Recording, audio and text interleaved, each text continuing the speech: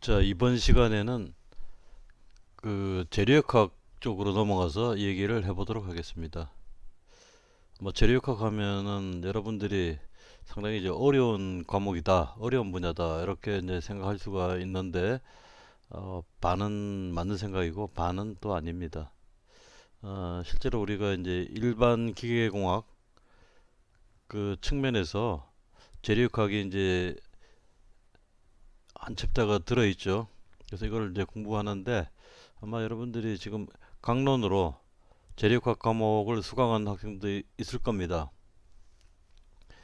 이 재료학만 이제 강론으로 사실 이제 배워보게 되면은 뭐 분량도 분량이고 뭐 상당히 좀 부담감을 느낄 수가 있겠죠, 그죠? 어떤 난이도 문제도 아마 같이 있을 겁니다. 하지만 우리가 이제 일반 기계공학 시험 과목으로서 그 중에 일부인 이제 재료학을 공부할 때는 물론 어려움도 있겠지만은 저런 게 있어요. 이제 시험 문제에 나오는 문제들은 정해져 있다는 거죠.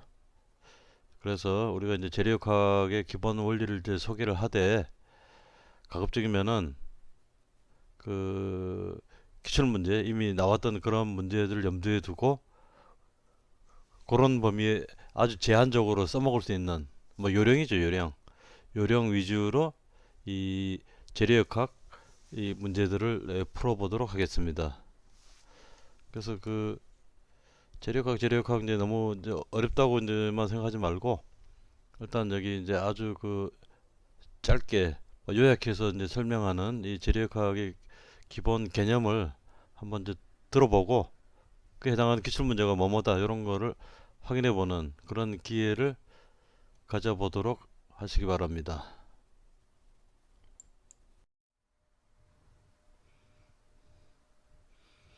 자, 이 우리 재료역학에서 보게 되면 이제 하중이라는 게 나옵니다. 하중. 이제 기계적인 하중이죠. 그거를 이제 분류를 해보면은 이게 이제 굉장히 중요합니다. 이 재료가 끝날 때까지 거론을 할 거예요. 그래서 일단은 이제 이런 게 있다. 그런 거를 우리가 좀 확인을 해 둡시다. 좀 그 단어 자체가 익숙치 않을 수도 있는데 익숙해져야 돼요. 자, 일단 인장이라고 하는 거는 이제 그 그림 보시면은 그 물체를 양쪽으로 잡아 당기는 거예요. 그래서 우리가 영어로는 이제 텐션, 우리 뭐 긴장한다 그러면은 이제 텐션 걸린다 이런 얘기를 하죠, 그죠? 텐션, 인장 늘리는 거죠. 그 다음에 그 인장의 그 반대가 압축이에요. 아래 위로 누르는 거죠. 압축. 이 그림에서 보면 좀 과장되게 그려놨지만은 누르게 되면은 단면적이 좀 굵어지죠. 이 인장의 경우에는 뭐 눈으로 잘 모르지만은 이제 당기면은 가늘어집니다. 고무줄 같은 걸로 이제 해보면은 금방 알 수 있어요. 그 다음에 이제 전단이라고 하는 게 있는데 이 원어로 이제 쉬어링이라고 그래요.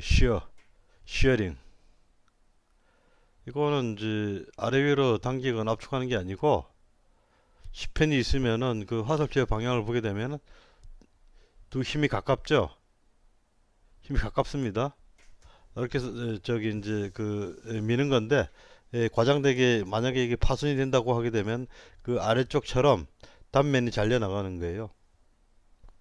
이게 우리 그 저기 무슨 그 지지락 뭐 이런 데 보게 되면 단층이 생기는 게 있죠, 그죠? 땅이 이제 내려가면서 한쪽은 올라오면은 뭐 그런 게 이제 쉬어링에 해당합니다. 전단. 그 다음에 비틈, 비틀다, 토르션이라고 하죠. 우리 이제 병뚜껑 딸 때 이런 행위를 많이 하죠. 병뚜껑 딸 때. 그래서 요거는 글쎄 나중에 내가 주개로 아마 시범을 보여줄게요. 정확하게 그 아래쪽처럼 비틀린 모양이 나옵니다. 비틈, 토르션이라고 하죠. 토르션. 자, 그 다음에는 이 무슨 격파 시범한 듯한 이제 벽돌 같은 건데 양쪽에서 받쳐놓고 가운데에서 힘을 가하면은 이게 만약에 이제 우리 얇은 자라고 생각해 보세요. 그러면 이제 휘겠죠, 그죠? 이런 거를 이제 굽힘이라고 합니다. 굽힘. 그 다음에 그 바클링이라고 하는데 바클링. 버클, 좌굴이라고 합니다. 좌굴. 여기 이제 단어가 좀 어려운데 이제 우리 기계 공부하게 되면은 뭐 익혀야 될 단어입니다. 좌굴. 요거는 긴 자 같은 거를 그 납작한 거죠. 납작한 자를 아래 위로 이렇게 누르게 되면은 이렇게 이제 그 이 팍 그 꺾인다고 그러나 제껴지는 뭐 이런 현상이 발생하는데 이런 거를 이제 버클이라고 합니다. 버클링. 얇은 판 같은 걸 압축하게 되면은 안으로 푹 찌그러지면서 저런 거 나타나겠죠, 그죠? 이걸 이제 좌굴이라고 합니다. 한번 정리를 해보겠습니다. 인장 양쪽으로 당기는 거죠. 압축 양쪽에서 서로 맞은편 방향으로 누르는 거죠. 전단 서로 가까이 어떤 힘이 반대 방향으로 작용하는 거죠. 심할 경우에 이거 끊어질 수 있다는 거죠. 비틈 비틈은 우리 이제 병뚜껑 뭐 딸 때 뭐 돌리는 뭐 그런 유형을 비틈이라고 합니다. 토르션이라고 하죠. 토르션. 그 다음에 밴딩. 이거는 이제 긴 물체를 양쪽에 받쳐놓고 가운데 누르게 되면은 이렇게 휘게 됩니다. 이런 걸 밴딩, 굽힘. 그 다음에 바클링.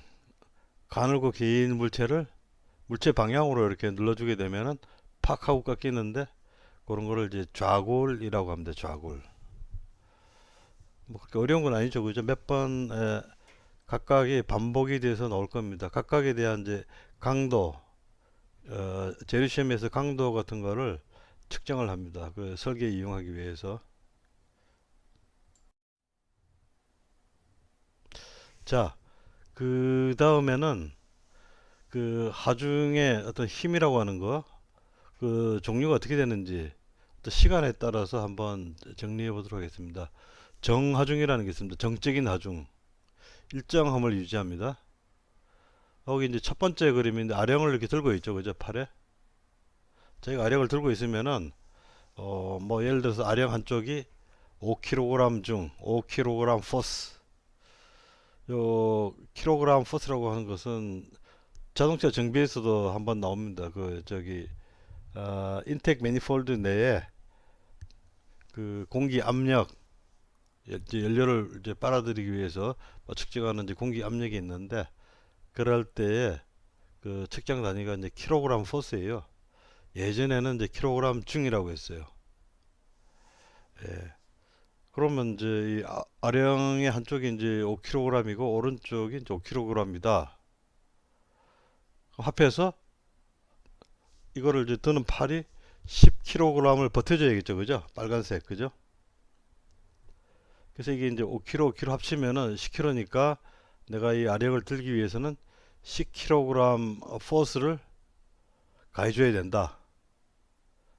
이게 5, 5, 이 까만색 두 개 더하면은 이제 아래쪽 방향으로 10이죠. 그 다음에 빨간색 화살표 보면은 윗방향으로 10. 크기가 서로 같은데 방향이 반대죠. 합치면 이제 0이 된다는 얘기예요.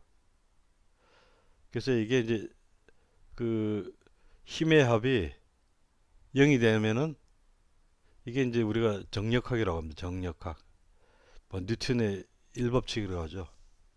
정력학이라고 아시면 돼요. 이제 움직이지 않는 우리 건물 같은 거 보게 되면은 뭐 한 뭐 이제 그 10톤, 20톤, 30톤 되겠죠. 그죠? 그런 게 이제 집안에 힘을 가하고 있죠. 그다음 거꾸로 집안이 또 받치고 있으니까 꺼지지 않으려면은 누르는 만큼 이제 받쳐주고 있어야 되는 거죠. 그런 걸 우리가 이제 정하중이라고 합니다. 그 다음에 그 동하중, 그 다이나믹 하중이라고 하는데 이 시간에 따라서 이제 이 변합니다. 대표적인 게 지진이죠, 그죠? 큰 건물 이렇게 땅을 흔들어주죠. 아래 위로 또는 좌우로 이렇게 막 흔들어주죠, 그죠? 하다가 시간이 지나면 이제 소멸이 됩니다. 가해주는 힘이. 이런 거를 이제 다이나믹 로드, 동하중. 예. 그 다음에 풍압도 비슷합니다. 이 바람의 압력이 그 강풍이 불 때 보게 되면 쭉 불다가 시간에 따라서 뭐 건물 흔들어 주다가 뭐 서서히 사라지죠, 그죠? 그런 거 이제 그 동하중이라고 합니다. 이럴 때는 이제 이 빌딩이나 구조물이 가만히 있는 게 아니고 흔들려요. 뭐 예를 들어서 강풍이 불 때, 뭐 풍선 같은 걸 이제 놓아 보세요. 그죠? 가속돼 가지고 휙 날아가 버립니다. 그 풍선의 어떤 질량이라는 건 이제 중량 나누기 이제 가속도인데, 중량이라는 게 있으니까 그게 이제 가속도 가벼우면은 이제 상당히 크죠. 그죠? 그래서 F 이퀄 ma 해가지고 어떤 물체가 질량이 m인 물체가 a라는 가속도로 운동하게 됩니다. 날아가 버린다는 얘기죠. 요거를 이제 뉴턴의 이법칙이라고 합니다. 우리가 그 이번 학기에 배우는 그 이제 재료역학, 이 정역학은 다 이 정하중에 대한 그 이론입니다. 그래서 우리가 동력학이라고 하는 것은 동력학이라는 것도 그 별도로 재료역학만큼 뭐 별도로 시간을 투자해서 이제 배워야 되는 그런 과목입니다. 우리 관심사항은 아니고요. 그 다음에 이제 반복하중이라는 게 있습니다. 이 세 번째 그림이죠. 여기 보면은 세 번째 그림에 보면은 닭다리 시편, 저희 기계재료에 나오던 닭다리 시편이죠. 양쪽에 힘을 가하는데 주기적으로 반복합니다. 주기적으로. 그 힘의 크기가 그다지 크지 않다더라도 수백만 번 가하게 되면은 저희 닭다리 시편이 너덜너덜해져요. 뭐 끊어질 수도 있죠. 균열이 성장해가지고. 그래서 이런 것을 우리가 이제 피로하중이라고 그러고, 이 주기적으로 이제 그 사이클이 있어가지고 하중이 변동이 됐는데 반복이 됩니다. 그 다음에 이제 이 응력이라고 하는 거 이제 따로 배우겠지만은, 힘을 그 단면적으로 나눈 겁니다. 힘을 단면적으로 나눈 겁니다. 잠깐. 전화가 와서 약간 이제 방해가 있었습니다. 계속하겠습니다. 그래서 요거 이제 반복 하중 또는 이제 피로 하중이라고 하고요. 자, 그다음에 충격 하중이라는 거 있는데, 이거 한 방씩 빵 때려주는 겁니다. 일회성 충격. 이거 기계 재료 할 때 샬피 충격 강도 시험이라는 거 얘기했었죠. 또는 아이저드 그런 거에 해당합니다. 요 뭐 이 뒤통수 한 방 때려주는 뭐 이런 스타일이죠. 그 다음에 이제 이동 하중이라고 있는데, 이거는 이제 이 토목 쪽인데, 그 긴 교량 있죠, 그죠? 우리 그 영종도 넘어가는 다리. 이럴 때 이제 대형 트레일러가 쭉 주행하게 되면은 이 다리에 이제 하중이 걸리는 겁니다. 이런 게 이제 그 적용 또 시간 개념에 따른 이제 하중에 이제 분류가 되겠습니다. 자, 그 다음에 분포 상태에 따른 하중 분류가 있습니다. 자, 왼쪽에 보시게 되면은 이런 거를 이제 보라고 하는데, 길쭉한 보죠, 그죠? 가운데에 어떤 이제 하중 Q가 작용합니다. 이거 저기 그 Q라는 그 중량의 물체를 끈에 매달아 가지고 거기 매달아 놓게 되면 한 점에 힘이 작용하죠, 그죠? 이런 거를 집중 하중이라고 합니다.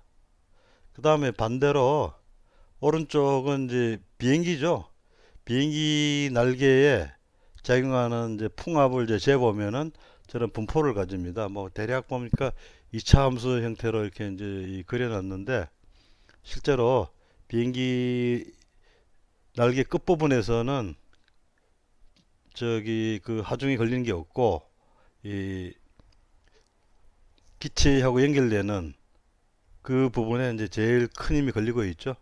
이런 식으로 어떤 수학적인 함수 모양처럼 분포가 되는 이런 거를 우리가 분포 하중이라고 합니다.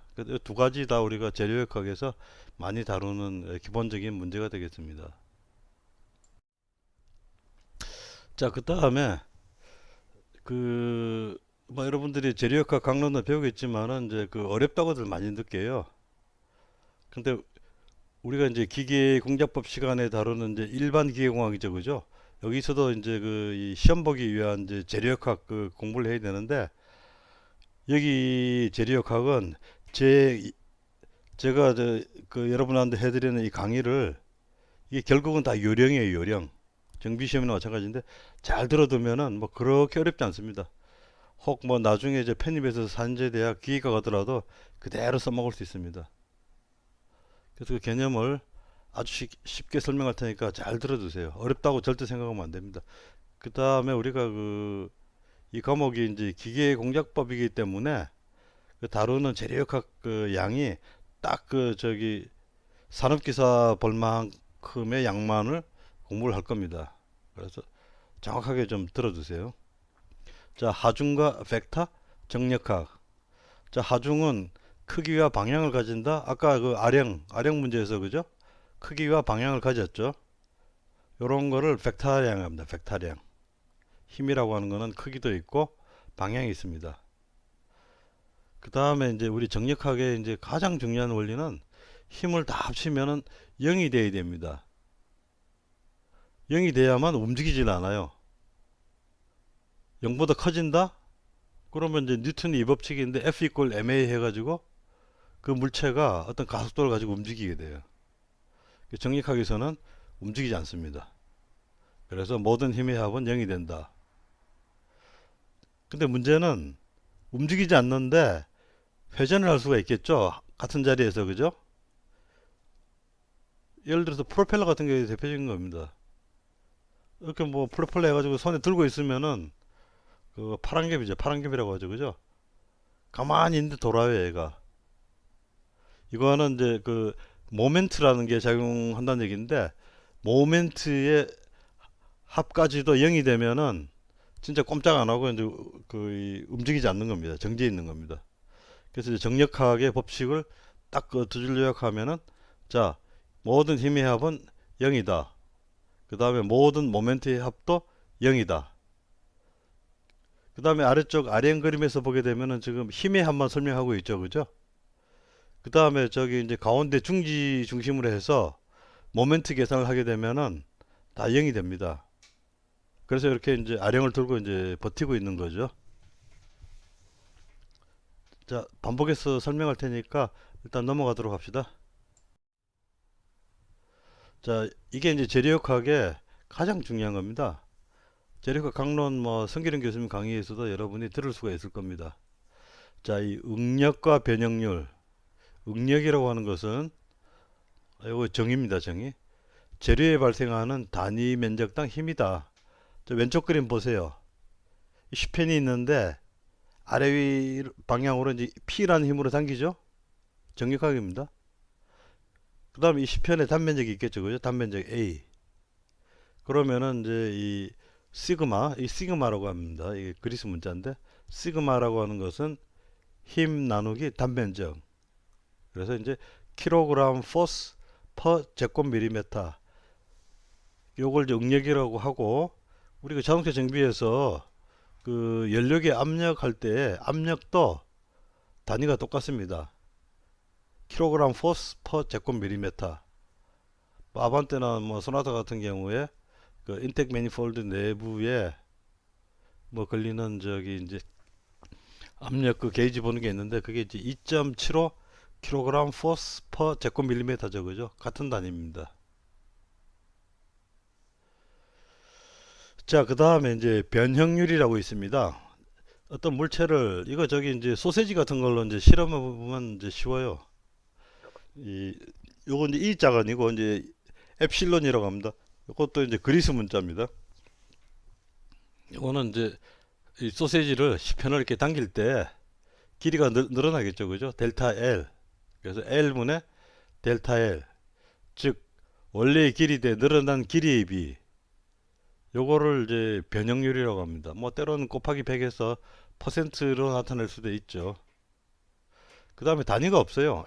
길이분의 길이니까 이런 거를 이제 무차원수라고 합니다. 그래서 응력이라고 하는 것은 10펜에 있어 가지고 단위 면적당 가해주는 힘의 크기가 되고 변형률은 그 10편의 원래 길이 대 늘어난 길이의 비율이 되겠습니다. 그래서 우리가 이제 재료역학에서 가장 많이 이제 따져보는 것이 이겁니다. 이 응력이라는 거, 힘, 그죠? 단위 면적당 힘하고 그다음에 변형률, 10편 길이, 어떤 변화율이죠. 요거의 함수 관계를 많이 따집니다.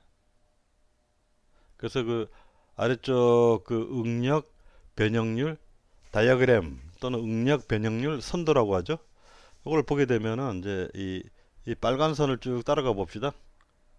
응력을 키워주면은 뭐 단위 면적은 뭐 많이 안 변하니까 이 힘을 점점 키워준다는 얘기죠. 그럼 응력이 커지겠죠. 그럼 어떻게 되겠어요? 변형이 일어납니다. 그래서 이제 이 좌표기에서 보게 되면은 그 사각형 박스처럼 탄성 영역이라고 있죠. 거기에는 이제 그 응력에 비례해서 변형이 일어난다는 얘기입니다. 이거 저기 의문스러우면은 소세지 두 개 갖다가 하나는 먹으면서 하나는 이렇게 당겨 보세요. 이렇게 당겼다가 지금 현재 그 사각형 박스 친 영역에서 당겼다가 놓으면은 정확하게 원상복귀 됩니다. 그런 것을 이제 그런 영역을 탄성 영역이라고 하죠. 탄성 영역. 그때 뭐 여기는 안 써놨는데 그건 뭐 다음 주 얘기하겠지만은 기울기 변형률이 얼마 그 변형률 조금 어떤 변화를 줬을 때 응력의 어떤 변화 요거를 자, 이 탄성 영역을 이제 벗어나게 되면은 약간 커브가 이제 기울었죠. 항복 응력까지 가게 됩니다. 항복 응력이라고 하는 것은 우리 뭐 엿가락 찍 늘어나는 그 온도가 높아지면은 뭐 그런 경험들 있을 텐데 이 요 사이 탄성 영역하고 항복 응력하고의 그 어떤 이제 그 조금 더 가야 되죠. 더 당겨야 되는데 차이점이 이제 항복 응력이라고 하는 것은 이제 그 이 물질의 내부에서 그 변형이 일어나죠. 근데 탄성의 경우에는 힘을 제거하면은 정확하게 원상복구가 되는데 이 항복을 하게 되면 재료가 가해진 힘을 제거했을 때 어느 정도 돌아가는데 그 밑에 보면은 저기 까만 점선 있죠, 그죠? 빨간 선하고 변형률의 차이가 있죠. 이 변형이 영구적으로 일정 부분 일어나는 거죠. 그걸 이제 항복 응력이라고 합니다. 그래서 여기 밑에 보면은 이제 닭다리 시편이 세 개가 있는데 뭐 첫 번째 그림이 항복 응력에 도달했을 때 뭐 이런 식으로 그 늘어나는 거죠. 이제 가운데가 좁아지면서. 그래서 여기에서 이 응력을 좀 더 이제 증가시키게 되면은 이때는 단면적이 좁아지기 때문에 사실은 힘은 조금만 느려도 응력이 커집니다. 그때부터 쭉 늘어납니다. 이제 변형률이 쭉 늘어나면서 허용 응력이라는 데까지 가는데 이게 두 번째 그림이죠. 그 점을 지나면은 단면적이 더 가늘어지니까 힘을 더 증가시키지 않아도 그 응력이 뭐 예를 들어서 이제 힘을 오히려 줄여도 단면적이 이제 계속 줄기 때문에 결과적으로 이제 이 응력은 감소하면서 끊어져 버리죠. 그런 거를 이제 파괴 응력이라고 합니다. 끊어지는 시점. 그 다음에 그 단면적 분에 가해준 힘이 최대값이 이르는 점을 이제 허용 응력이라고 하죠. 예. 그래서 이게 이제 우리가 탄성 영역, 항복 응력, 허용 응력, 그 다음에 프랙처라고 하죠. 요 개념을 우리가 알고 있어야겠습니다. 요 항복 응력이나 이제 허용 응력은 요소 설계에서 그 많이 그 실용적으로 사용하는 컨셉입니다.